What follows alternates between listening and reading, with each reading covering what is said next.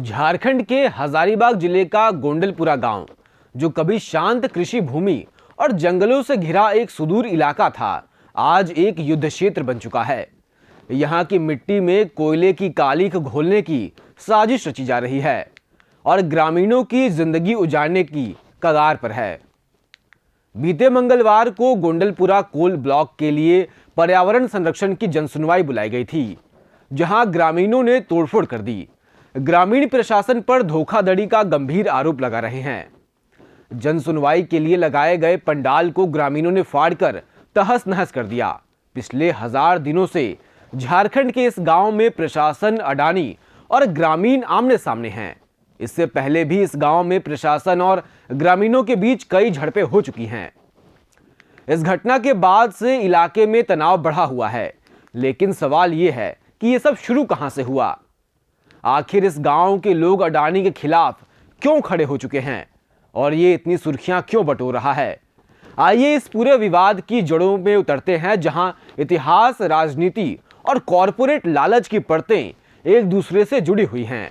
सबसे पहले बात उस कोयला ब्लॉक की जो गोंडलपुरा को निगलने को तैयार है। वर्ष 2020 में केंद्र सरकार की वाणिज्यिक कोयला नीलामी में अडानी एंटरप्राइजेज लिमिटेड ने 20% राजस्व साझेदारी की बोली लगाकर गोंडलपुरा कोल ब्लॉक हासिल किया था। इस पूरे ब्लॉक में 176 मिलियन टन कोयले के भंडार हैं और इस परियोजना के लिए 513 हेक्टेयर से ज्यादा जमीन चाहिए, जिसमें 219 हेक्टेयर वन भूमि और बाकी कृषि भूमि और रैयत भूमि शामिल है। परियोजना की लागत करीब 1 लाख करोड़ रुपए बताई जा रही है, लेकिन ये आंकड़े सिर्फ कागजों पर चमकते हैं। हकीकत में ये ग्रामीणों की जिंदगी का सौदा है। 2011 की जनगणना के मुताबिक इस पूरी परियोजना के कारण इलाके के 4000 लोग विस्थापित हो सकते हैं और बदमाही नदी, जो जहां की जीवन रेखा है, प्रदूषण की भेंट चढ़ सकती है। ये विरोध नया नहीं है। 2006 में ये ब्लॉक तेनूघाट विद्युत निगम लिमिटेड यानी TVNL को आवंटित हुआ था, लेकिन ग्रामीणों के जोरदार विरोध और पर्यावरणीय चिंताओं के कारण काम रुक गया। फिर 2006 के बाद 2010 में पर्यावरण मंत्रालय ने इसे नो गो जोन में डाला, क्योंकि यहाँ वन कवरेज 30% से ज्यादा है और जहाँ ऐसी चीजें होती हैं वो इलाका माइनिंग के लिए सही नहीं माना जाता।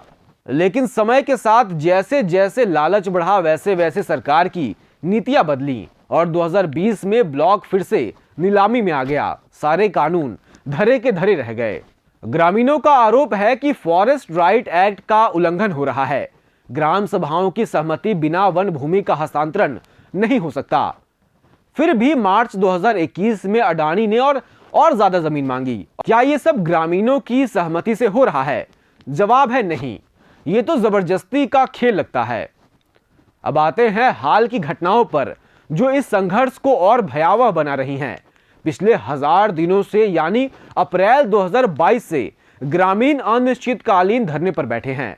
गांव के बोर्डों पर लिखा गया है कोई कोयला कंपनी या अधिकारी यहां न आए। विरोध इतना तेज है कि अगस्त 2025 में कई गांव जुड़ गए और नवंबर 2025 में बड़का गांव के हरली गांव में महापंचायत हुई, जहां 10,000 से ज्यादा लोग जुटे। वहां नारे गूंजे, जमीन हमारी, जंगल हमारा, कोयला निकलने नहीं देंगे। अडानी को आजाद भारत की ईस्ट इंडिया कंपनी का करार दे दिया गया। इस महापंचायत में अडानी को आजाद भारत का ईस्ट इंडिया कंपनी घोषित कर दिया गया। दिसंबर 2024 में NTPC की जनसुनवाई में ग्रामीणों ने कुर्सियां उखाड़ फेंकी, बैठक रद्द करवाई गई और मार्च 2025 में 680 दिनों के विरोध के बाद 370 ग्रामीणों पर केस दर्ज हुए थे। हालांकि ये सभी पहले की बातें हैं। बीते मंगलवार यानी 20 जनवरी 2026 को प्रदूषण नियंत्रण बोर्ड ने पर्यावरण क्लियरेंस के लिए जनसुनवाई बुलाई, लेकिन ये सुनवाई नहीं हुई, बल्कि वहां बवाल हो गया। पुलिस के सामने यह सब हुआ, लेकिन प्रशासन मूक दर्शक रहा। सुनवाई रद्द करनी पड़ी और इलाके में तनाव चरम पर है।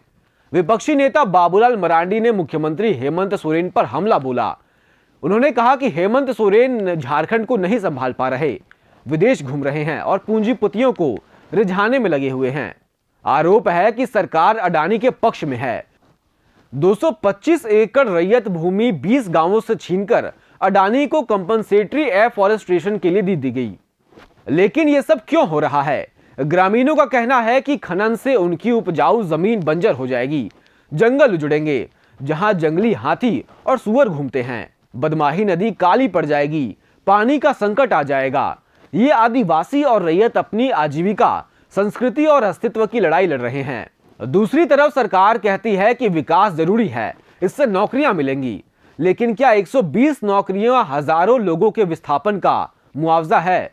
पर्यावरण विशेषज्ञ कहते हैं कि इस पूरे कोल परियोजना से इलाके में बड़ी मात्रा में कोयले से जुड़ा हुआ कचरा निकलेगा, जो अतिरिक्त 103 हेक्टेयर जमीन निगल जाएगा। यानी जितने की कोल परियोजना है, उससे अधिक जमीन इस पूरी परियोजना से प्रभावित होगा। उस जमीन पर रहने वाले लोगों के जीवन में बड़ा बदलाव आएगा।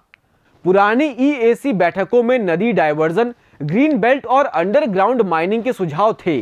पर्यावरण एक्टिविस्ट कहते हैं कि ये forest right act, biodiversity act और वाइल्ड लाइफ प्रोटेक्शन एक्ट का खुला उल्लंघन है। सुप्रीम कोर्ट में नीलामी को चुनौती दी गई थी, जहां इसे अस्थायी माना गया।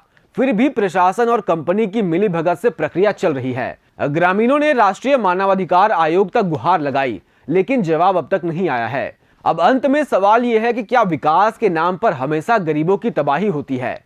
क्या ग्राम सभाओं की आवाज को कुचला जा सकता है? गोंडलपुरा के लोग अडिग हैं। वे कहते हैं, हमारी नदियां काली नहीं पड़ने देंगे, हमारा गांव नहीं उजड़ने देंगे। लेकिन इतिहास ये बताता है कि कितने भी विरोध के बाद ये परियोजनाएं सरकार, प्रशासन की मिलीभगत से पास हो जाती हैं और लोगों के अनेकों गांव उजड़ते जा रहे हैं। सवाल यह है कि इस मामले में आगे भविष्य में क्या कुछ होने वाला है?